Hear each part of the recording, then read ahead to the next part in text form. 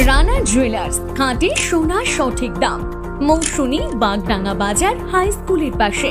Phone নম্বর 9609196868।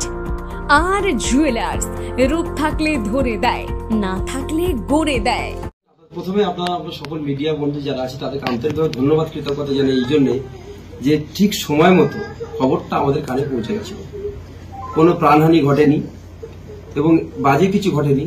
আপনাদের সকলের সহযোগিতার জন্য আপনারা ঠিক নির্দিষ্ট সময়ে খবরটা প্রচার করেছিলেন এবং বিশেষ করে এই ফ্যামিলি যারা, এই ফ্যামিলির মানুষজন তারা খুব দ্রুততার সাথে আমাদের সাথে যোগাযোগও করেছিলেন সঙ্গে সঙ্গে তারা খবর পাওয়া মাত্র। এই জন্য প্রথমে আপনাদেরকে কৃতজ্ঞতা জানাই।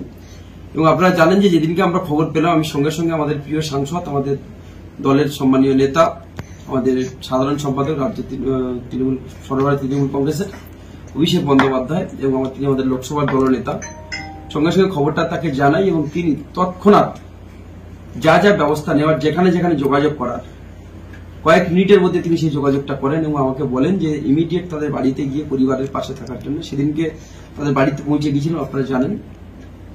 গিয়ে সেই সমস্ত পরিবারের সাথে কথা বলা, তাদের ডিটেলস জোগাড় করা, তাদের সঙ্গে কথা বলে এমইউ ডিপার্টমেন্টকে মেইল করা এবং সেই সংস্থাকে মেইল করা, সবটাই আমরা সেখানে করেছিলাম।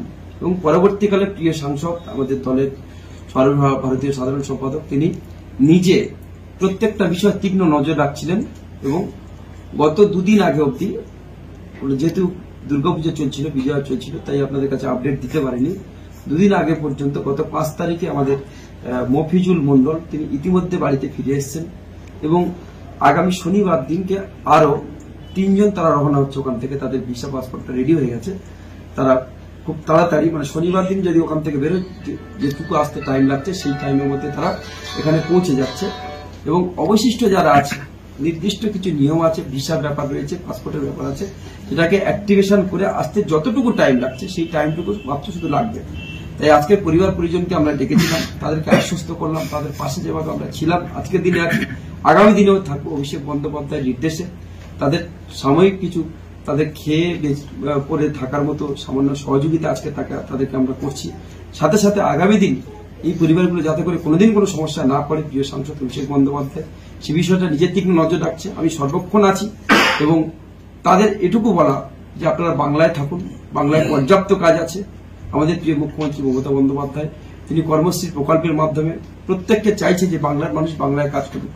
এবং আজকের যারা দ্বিচারিতা করে, আজকে এটা ভারতবর্ষের বাইরে হয়েছে, যারা ভারতবর্ষের অন্যান্য প্রদেশেও দ্বিচারিতা করে, সেক্ষেত্রে আপনারা জানেন যে বাংলায় প্রায় 2 কোটি মানুষ, যারা অন্য রাজ্যের মানুষ, তারা এখানে কাজ করে।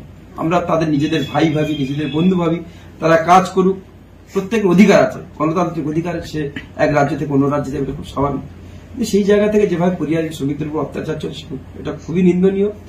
এই বিষয়টা আমরা আমাদের প্রিয় সাংসদ, আমি ব্যক্তিগতভাবে এবং আমাদের পরিবারবর্গ যারা এখানে, আমাদের নামখানার সাগরের টোটাল লিডাররা এখানে আছেন এবং নেতৃত্ববর্গ আছেন এবং ওই এলাকার সাধারণ মানুষ, তারা আমাদের প্রিয় সাংসদ অভিষেক বন্দ্যোপাধ্যায়কে আন্তরিকভাবে ধন্যবাদ ও কৃতজ্ঞতা জানাচ্ছি আমরা এই জন্যই যে একজন মানুষ, যিনি মানুষের পাশে থেকে, মানুষের সাথে থেকে কিভাবে একটা পরিবারের কাছে তার পরিবারের কর্তাকে ফিরিয়ে দিতে হয় তিনি দেখালেন। আমরা কুর্নিশ জানাই মাননীয় সাংসদ অভিষেক বন্দ্যোপাধ্যায়।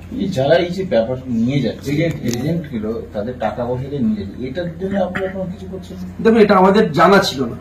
আমরা এই পরিবারের মুখ থেকে জানতে পারলাম যে কোনো এজেন্ট মারফত কোন একটা এগ্রিমেন্ট করে এই সমস্ত বিদেশে পাঠানো হয়েছে। দেখুন, কর্মসূত্রে কেউ বিদেশে যাবে, কেউ অন্য রাজ্যে যাবে, এটা যেতে পারে, সে এই বিষয়ে আমাদের কোনো বক্তব্য নেই। কিন্তু মুশকিল হচ্ছে যদি কোনো এজেন্ট নিয়ে গিয়ে থাকে, তার যে দায়বদ্ধতা, সেই দায়বদ্ধতাতে সে কোনোভাবে এই দায় কোনোভাবে এড়িয়ে যেতে পারে না। নিশ্চিতভাবে আইনি যা যা পদক্ষেপ আছে, ইতিমধ্যে আমরা প্রশাসনকে বলেছি আইনি পদক্ষেপ করতে। যে বা যারা এই বিষয়ে যুক্ত আছে এবং যারা এই সমস্ত বাজে কাজগুলো করবে, বেআইনি কাজ করবে, নিশ্চিতভাবে লিগাল অ্যাকশন তাদের বিরুদ্ধে প্রশাসনকে নেওয়ার জন্য অনুরোধ করবে। এই নজরুল বলে যে এজেন্ট যে নিয়ে গেছিল, এদেরকে আটকে রেখেছে যেখানে, তার কোনো বিরুদ্ধে কোন ব্যবস্থা নিয়েছে? দেখুন, আগে আমাদের প্রথম কাজ ছিল, প্রাইমারি কাজ ছিল যে আমাদের এই যে সমস্ত মানুষ যারা বাইরে কাজে গিয়েছিলেন তাদেরকে নিরাপদে বাড়িতে ফিরিয়ে আনা।